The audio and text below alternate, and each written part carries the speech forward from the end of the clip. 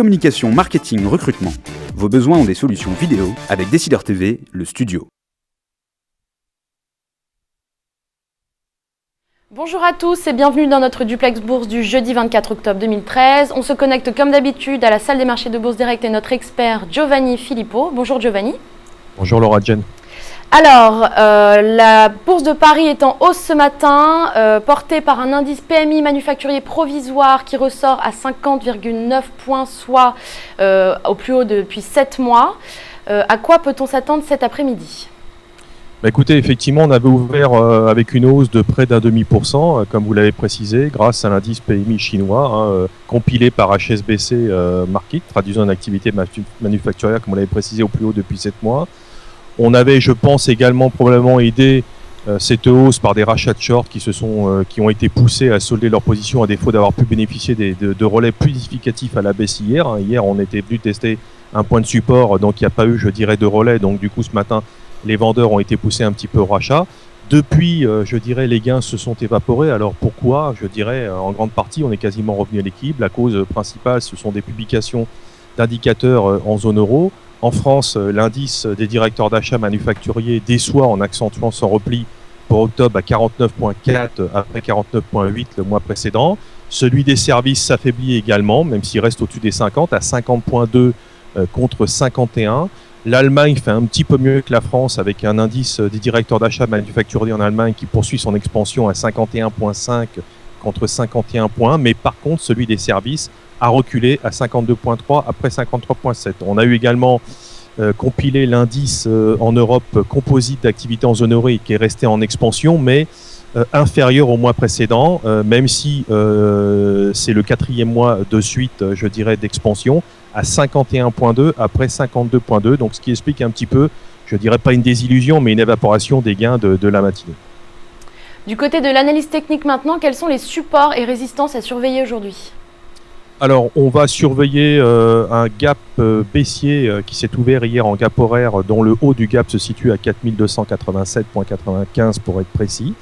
Voilà, une reprise de ce niveau-là en basse clôture, je pense, redynamiserait un petit peu le sens acheteur pour aller chercher derrière le point de référence qui se situe à 4330. Ça, c'est très très fort.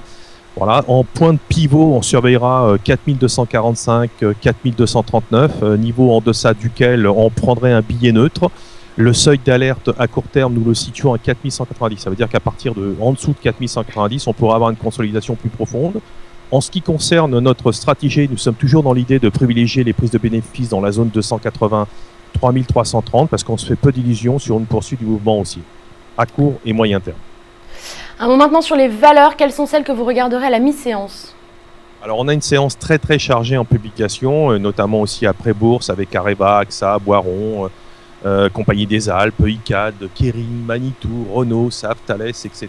et Vinci. Beaucoup de publications, grosse journée. Aujourd'hui, on aura retenu en ce qui nous concerne la publication des résultats des Sealers, c'est moins bien. La société a publié ce matin son chiffre d'affaires du 3e trimestre avec une dynamique certes qui s'améliore, mais pas assez. Cependant, pour atteindre des objectifs annuels. Donc le management a en effet ramené d'environ 7% à environ 6% sa projection de croissance.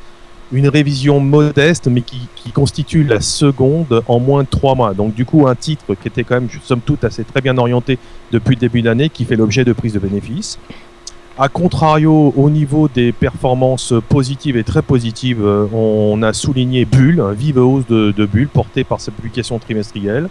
Les prises de commandes ont progressé plus rapidement, même si le ratio book to bill, c'est-à-dire ratio de commandes, si vous voulez, malgré tout en zone défavorable.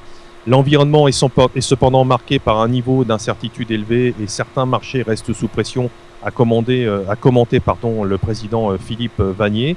Bull estime être en situation financière saine, sans donner plus de détails, ça c'est un petit peu le bémol, sinon que la trésorerie affiche une saisonnalité marquée comme les années précédentes et est pénalisée en 2013 par le déploiement des grands projets. Donc il y a aussi des effets de change qui rentrent en ligne de compte à l'heure actuelle, mais c'est un titre qui est très bien orienté ce matin.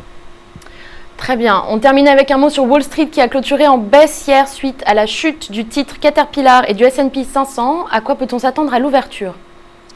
Disons que là, on est un peu dans un paradoxe où les opérateurs se sont montrés un peu plus prudents après avoir acheté l'idée d'une politique monétaire ultra accommodante et durable de la Fed, qui pourrait ne pas toucher à son QE3 d'ici la fin de l'année compte tenu des statistiques économiques mitigées outre-Atlantique.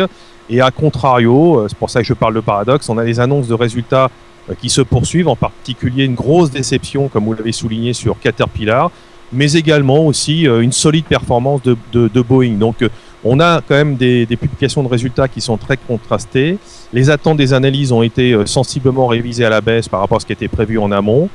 Je pense qu'on essaye là de passer une majorité des sociétés au-dessus de ce consensus pour essayer de garder une note positive, mais on voit bien que lors de ces publications, il commence à y avoir quelques fausses notes et la micro se porte un petit peu moins bien au cours de ces publications trimestrielles. Donc on attend une ouverture du marché américain indécise et probablement légèrement dans le rouge après la baisse un peu plus contrastée en fin de séance hier.